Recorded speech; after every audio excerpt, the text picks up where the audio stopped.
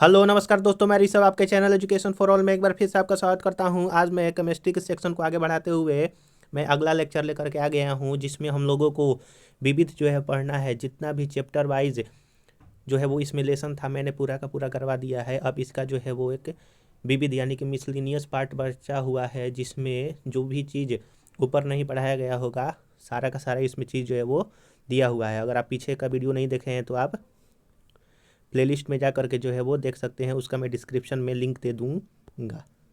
आज आज से जो है वो ये केमिस्ट्री में भी जो है वो सेक्शन स्टार्ट हो गया है, और ये जो है एक तरह से लास्ट चैप्टर जो है आपका केमिस्ट्री का रहेगा। इसके पैरेलल जो है मैं पॉलिटी का भी सेशन स्टार्ट किया हूँ, तो पॉलिटी अगर आपने नहीं देखा है तो आप प्लेलिस्ट में जा करके देख सकते हैं।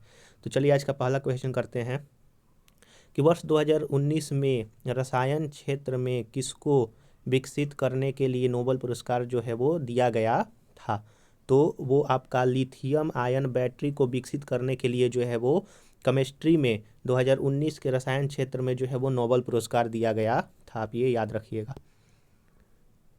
अगला क्वेश्चन है,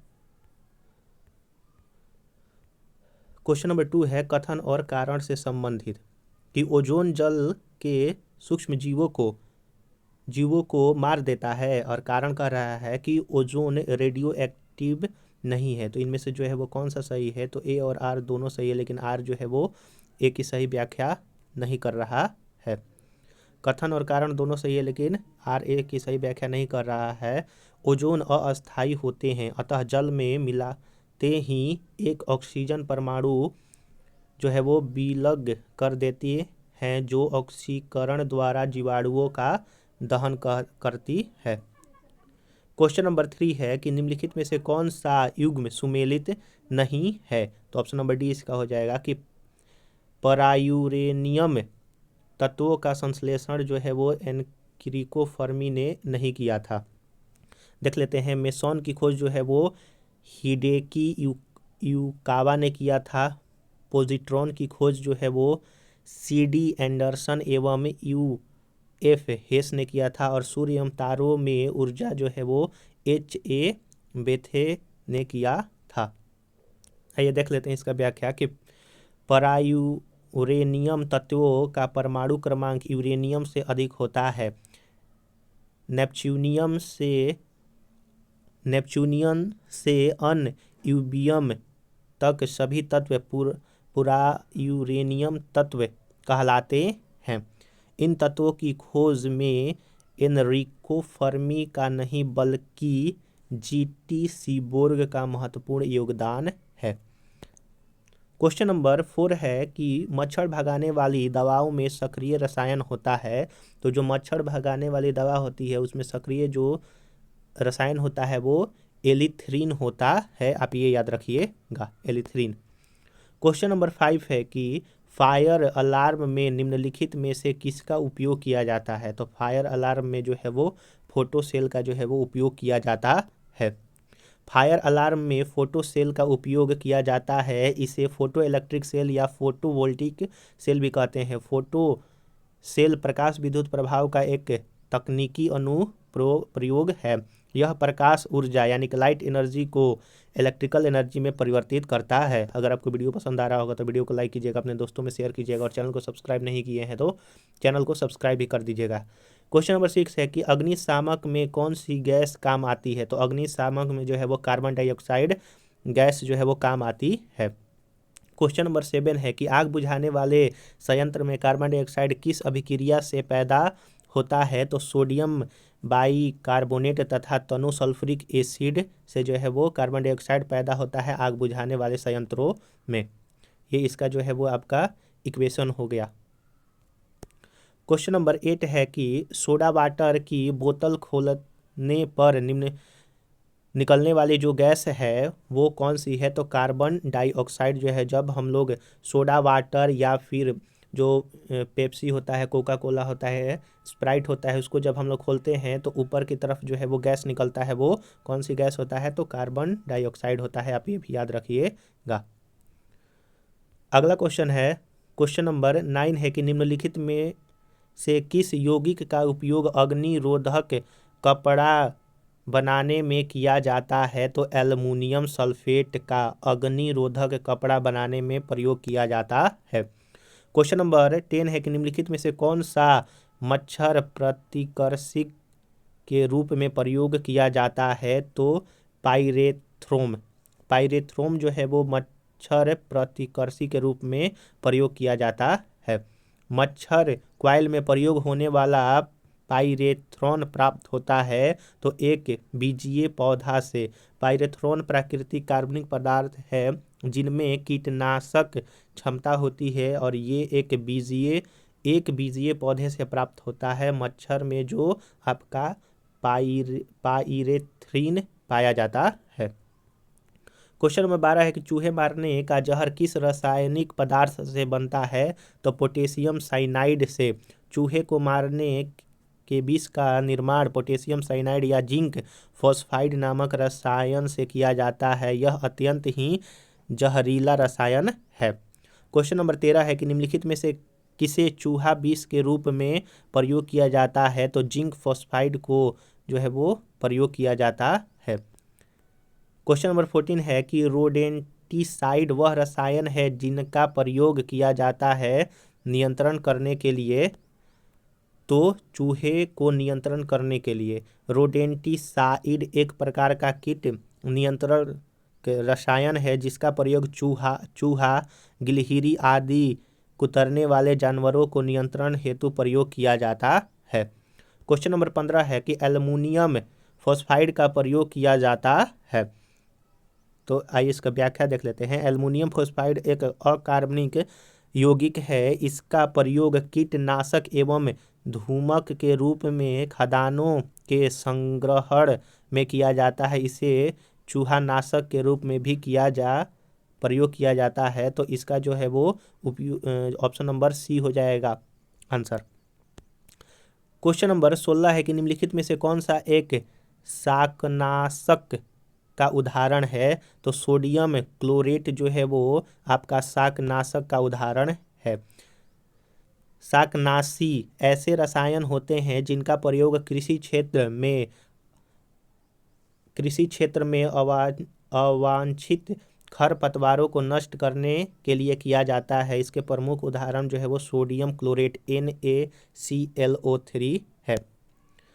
क्वेश्चन नंबर 17 है कि समस्थानिक कार्बन 14 संबंध है तो कार्बन 14 जो है वो समस्थानिक है कार्बन का जो कि फॉसिल यानी कि जीवाश्म के आयु निर्धारण करने के लिए प्रयोग किया जाता है। वर्ष 1942 में WF लिब्बी ने सुझाव रखा था कि कार्बन युक्त सजीव पदार्थों में कार्बन 14 रेडियो आइसोटॉप की एक निश्चित किंतु अल्प मात्रा रहती है जो कॉस्मिक किरणों से प्राप्त न्यूट्रॉनों और वायुमंडलीय नाइट्रोजन के बीच अभिक्रिया से निर्मित होते हैं। अतः ऐसे पदार्थ में कार्बन 14 का अनुपात ज्ञात करके उसकी आयु निर्धारित की जा सकती है। इसे कार्बन डेटिंग या रेडियो कार्बन तिथि निर्धारण कहा जाता है। इस विधि से जीवाश्म यानी कि फॉसिल का काल निर्धारण किया जाता है कि वो कितने समय का हुआ। क्वेश्चन नंबर 18 है कि काष्ठ अस्थि और शंख के पुरातात्विक नमूनों का काल निर्धारण करने के लिए निम्नलिखित में से कौन सा अपनाया जाता है तो कार्बन 14 अपनाया जाता है। क्वेश्चन नंबर 19 है कि कार्बन डेटिंग का प्रयोग किसकी उम्र निर्धारण करने के लिए उपयोग किया जाता है तो फॉसिल का उम्र निर्धारण करने के लिए कार्बन डेटिंग का प्रयोग किया जाता है। अगला है कि रेडियोधर्मी डेटिंग एक प्रक्रिया है जिससे मापा जाता है चट्टानों की उम्र। रेडियोधर्मी डेटिंग से चट्टानों की उम्र जो है वो मापा जाता है। अगला है क्वेश्चन नंबर 21 कि पृथ्वी की आयु का मापन निम्नलिखित में से किस विधि द्वारा किया जाता है तो यूरेनियम विधि द्वारा। यानी कि पृथ्वी की अगर आयु मापना है तो यूरेनियम विधि द्वारा जो है वो मापा जाता है। पृथ्वी पुरानी चट्टान आदि की आयु ज्ञात करने के लिए यूरेनियम का प्रयोग किया जाता है। इसी यूरेनियम द्वारा आयु अंकन डेटिंग बाय यूरेनियम कहते हैं। कार्बन डेटिंग विधि द्वारा कार्बन पदार्थों की आयु जो है वो ज्ञात की जाती है। क्वेश्चन नंबर 22 है कि एक कार्बन डेटिंग समतुल्य है, तो एक कार्बन डेटिंग जो है वो 1000 kg CO2 के जो है वो समतुल्य है। अंतर्राष्ट्रीय उत्सर्जन व्यापार के तहत देशों को यह अनुमति दी गई है कि अगर वे अपने लिए तय उत्सर्जन कटौती का पालन नहीं कर पाते तो इसे पूरा करने के लिए अंतर्राष्ट्रीय कार्बन डेटिंग बाजार से इसे खरीद सकते हैं। अतिरिक्त यूनिट की कटौती करने वाले देश इसे उन देशों को बेच सकते हैं जो कम कटौती कर रहे हैं। इससे कार्बन डेटिंग कहलाने वाली नई कार्बन मुद्रा अस्तित्व में आई। एक कार्बन डेटिंग 1 टन यानी कि 1000 kg कार्बन डाइऑक्साइड या उसके समतुल्य गैस के जो है वो बराबर होता है। क्वेश्चन नंबर 23 है कि निम्नलिखित प्रकार के कांचों में से कौन सा एक पराबैंगनी किरणों को विच्छेदन कर सकता है। तो क्रूक कांच जो है वो आपका पराबैंगनी किरणों को विच्छेदन कर सकता है। क्रूक्स कांच सेरियम तथा दूसरी दुर्लभ मृदा धातुओं को मिलाकर क्रूक्स कांच का निर्माण किया जाता है। क्रूक्स कांच में अल्ट्रावायलेट किरणों के अवशोषण की क्षमता होती है। चूंकि पराबैंगनी किरणें हमारी आंखों को नुकसान पहुंचाती है, इसलिए धूप में चश्मों में क्रूक्स कांच का उपयोग जो है वो किया जाता है।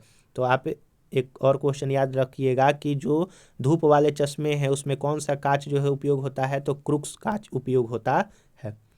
क्वेश्चन नंबर 24 है कि निम्नलिखित में से कांच का कौन सा प्रकार पराबैंगनी किरणों को काटता है। तो क्रूक्स कांच जो है वो काटता है। BRIT भारत सरकार निम्नलिखित में से किस एक के साथ कार्यरत है। तो समस्थानिक प्रौद्योगिकी के साथ जो है वो भारत सरकार कार्यरत है।